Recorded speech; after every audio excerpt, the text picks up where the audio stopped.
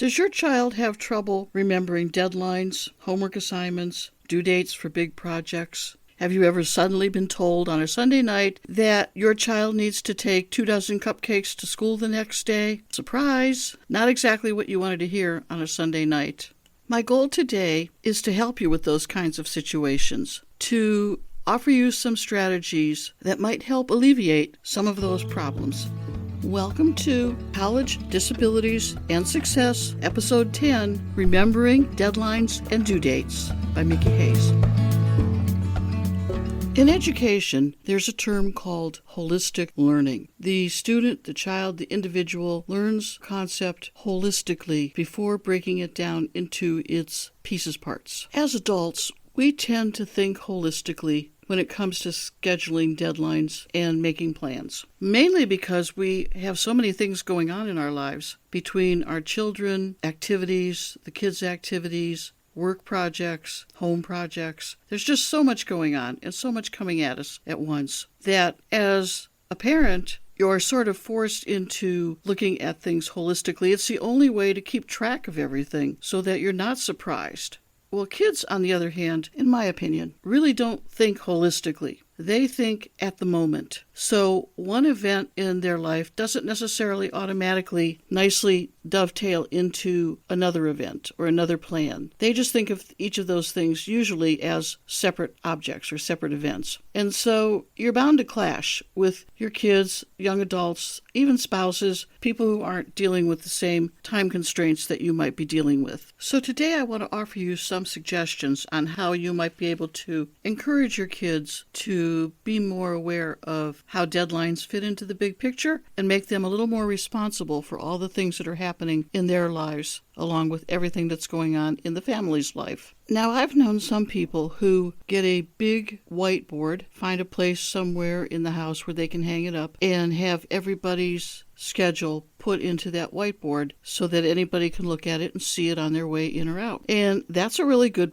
idea if you do that, but not everybody can do that or everybody even wants to do that. So we're going to look at some other ideas as well. Now, calendars are very important in this whole scheme of things because if you look at a calendar, you need to look at the whole month, the entire month, not just individual days. Something on your wall, that's a calendar. It could be hanging inside of a closet. It doesn't have to be front and center for the world to see, where you can jot down deadlines and doctor's appointments and things like that you know about for that month so that you can see what's coming up next week or in 2 weeks or towards the end of the month, and you can see that at a glance. Now, if you don't want to do a calendar inside of a closet, sometimes even sticky notes help. So inside of a closet or central location, you could put sticky notes of deadlines and put them in the right order of when they are going to happen. It's not as effective as looking at an entire holistic calendar, but sticky notes at least give you something visual to remind you and to remind your children.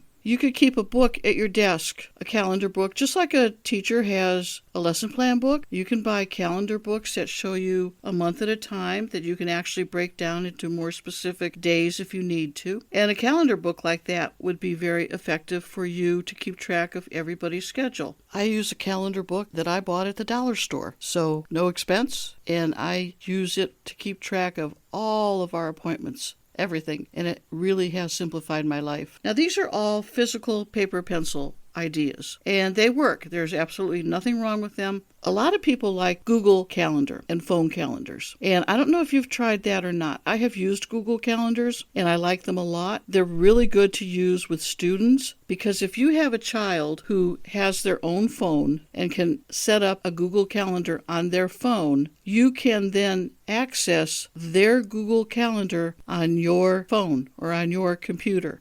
And then you can go in and add dates into that master calendar that you're keeping. And then they have access to it as well. And they can add to the calendar when they need to. But you'll be able then to see what they're doing, and you'll be able to also add things to it or remove things from the calendar that are incorrect or have changed. So for those of you who are more electronically inclined, Google Calendars are very effective, and some people really, really love them. So you just have to decide. When I used my Google Calendar for work, I kept everything on it, and I liked it, but I found it a little bit more difficult than handling a small little date book that I keep in my desk that I just jot things down in pencil. I just found that easier for me in the long run, but it's whatever works for you. The bottom line is that you figure out some way where all of the events in the family, whatever it happens to be, that you have a central location, a master calendar, that you can keep that information on, and that it is accessible to not only you, because otherwise this just becomes your big project, but have something that is accessible to anybody in the family so that they can go to it and check it out for themselves. Ask your child, go check the calendar and see what day I have my doctor's appointment. And you force them into using that calendar and practicing how to find things on it. This is really, really important. And it's a very simplistic strategy, but it works. And I used to do this with my college students. When I taught incoming college students, they were pretty clueless about what was going on in their lives and what kinds of schedules they had. And I always gave them a calendar sheet with a month at a time that had my due dates on it for my assignments. And then I had them fill in their other classes and their schedules and other assignments that they might have due in their other classes.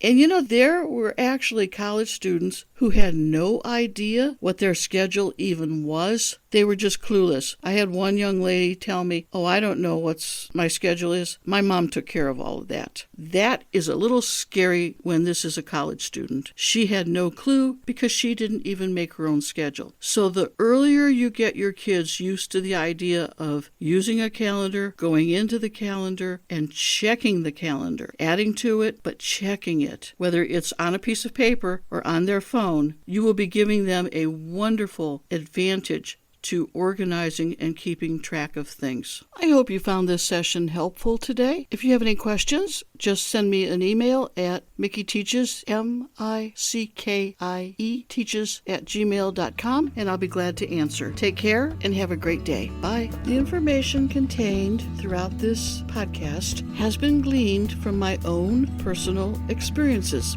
but to ensure accuracy, please contact the Disability Services at the college of your choice to have first-hand information and the most up-to-date policies and procedures followed by your particular institution of higher education. The content in any of these podcasts is not intended as a substitute for information from legal, educational, or medical professionals. Always seek the advice of your attorney or qualified healthcare provider with any questions you may have with regards to legal, educational, or medical concerns.